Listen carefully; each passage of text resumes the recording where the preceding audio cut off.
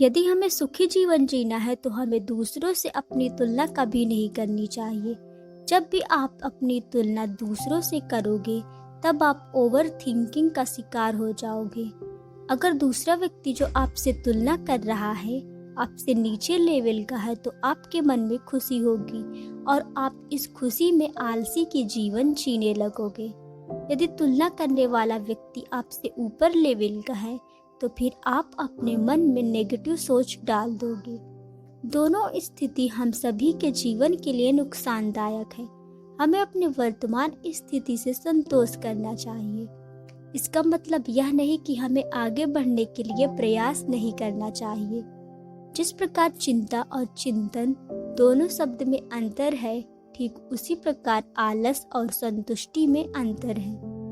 यदि आप अपने वर्तमान स्थिति से संतुष्ट हैं तो हम आगे बढ़ने का प्रयास पूरे मन से करेंगे और उसमें सफल भी अवश्य होंगे। यदि आप अपनी वर्तमान स्थिति से संतुष्ट नहीं रहते तो आप किसी भी अन्य काम में मन नहीं लगा सकते और आगे नहीं बढ़ सकते।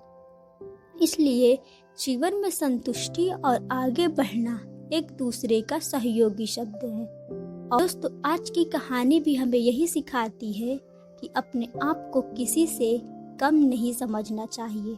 बिना आपका समय गवाए आइए हम कहानी शुरू करते हैं। एक व्यक्ति रोज पत्थर तोड़ने का काम किया करता था।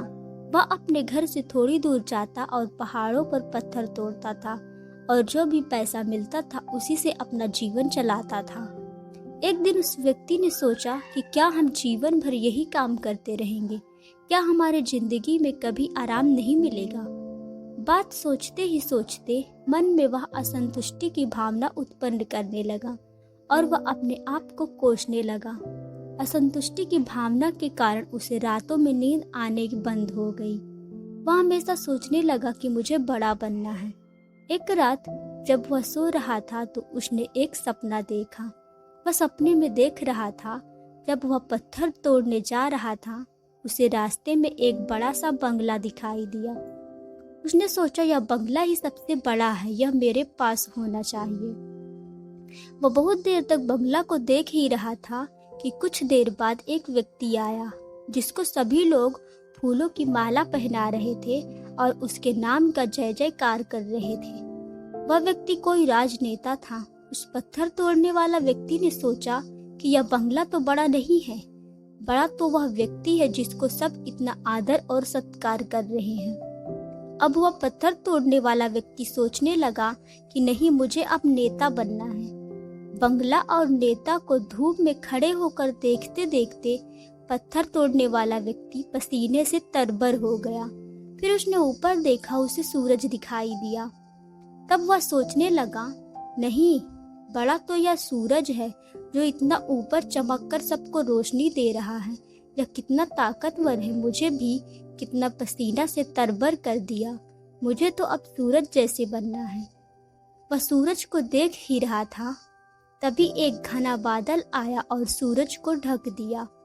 पत्थर तोड़ने वाला व्यक्ति ने सोचा यह बादल ही सबसे बड़ा है जो पूरे सूरज को भी ढक दिया। और वह कुछ देर तक वहीं खड़ा बादल को देख रहा था कि हवा का एक झोंका आया और बादल को दूर लेकर चला गया। पत्थर तोड़ने वाले व्यक्ति देखता ही रह गया, और यह क्या हो रहा है? हवा का झोंका बादल को उड़ा के चला गया। हमें तो हवा जैसे बनना चाहिए क्योंकि हवा ही सबसे ताकतवर है।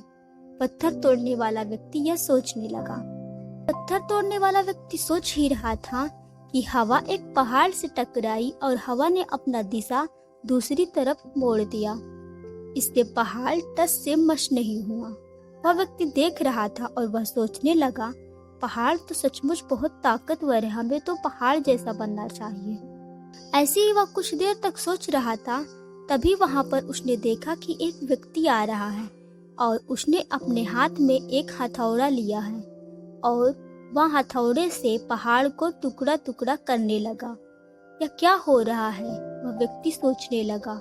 इतना बड़ा पहाड़ जो हवा के विशाल झोंकों को रास्ता बदलने के लिए मजबूर कर दिया, टस से मस नहीं हुआ, उसे एक छोटा सा व्यक्ति तोड़ रहा है। व्यक्ति बार बार सोच रहा था, नहीं, यह नहीं हो सकता, यह कभी नहीं हो सकता, मुझे पत्थर तोड़ने वाला नहीं बनना है, किसी भी हाल में मुझे पत्थर तोड़ने वाला नहीं बनना है, क्योंकि वह स्वयं पत्थर तोड़ने वाला व्यक्ति था। उसकी आंखों के सामने आ रहा था कि एक व्यक्ति पहाड़ के टुकड़े टुकड़े कर रहा है, और तभी वह अपने सपने से जाग उठा। उसकी आंखें खुली, फिर उसने सोचा, मैं जो हूँ, जिस हाल में हूँ, मैं ठीक हूँ, यानी सबसे बड़ा मैं हूँ जो इस पहाड़ को तोड़ रहा हूँ। तो ईश्वर ने आपको सबसे अलग बनाया है। आप दूसरों की नकल करके ईश्वर का अपमान न करें। हमारे पास जो चीज उपलब्ध है, हमें उसकी इज्जत करनी चाहिए। हम हमेशा दूसरों को देखते हैं उसके पास क्या है जो हमारे पास नहीं है, इसी चक्कर में हमेशा असंतुष्ट और दीन भावना महसूस करते हैं। यदि आपको जीवन में आगे बढ़ना है तो आपके मन में हमेशा आशावादी विचार रहने चाहिए। आशा ही जीवन है। आप जो है ठीक है, कुछ कमी है तो उसे दूर करने का प्रयास करें। कोई भी व्यक्ति एवं कोई भी पद 100% अच्छा नहीं होता, कुछ ना कुछ उसमें कमी जरूर होती है। हमें उस कमी को दूर करनी चाहिए, ना कि असंतुष्ट रहना चाहिए। इसलिए आप जैसे भी हो, जिस हाल में भी हो, आपको खुश और संतुष्ट रहना चाहिए एवं जीवन में आगे बढ़ने का प्रयास करते रहना चाहिए। आपको कभी रुकना नहीं है। ठहरा हुआ पानी बहुत जल्दी गंदा हो जाता है और बहता हुआ पानी कभी भी गंदा नहीं होता। इसलिए आपको हमेशा पानी की तरह बहते रहना चाहिए और जीवन में आगे बढ़ते रहना चाहिए। दोस्तों, आज की हमारी कहानी यहीं पर समाप्त होती है। मिलते हैं हम हमारी अगली कहानी में। तब तक के लिए धन्यवाद।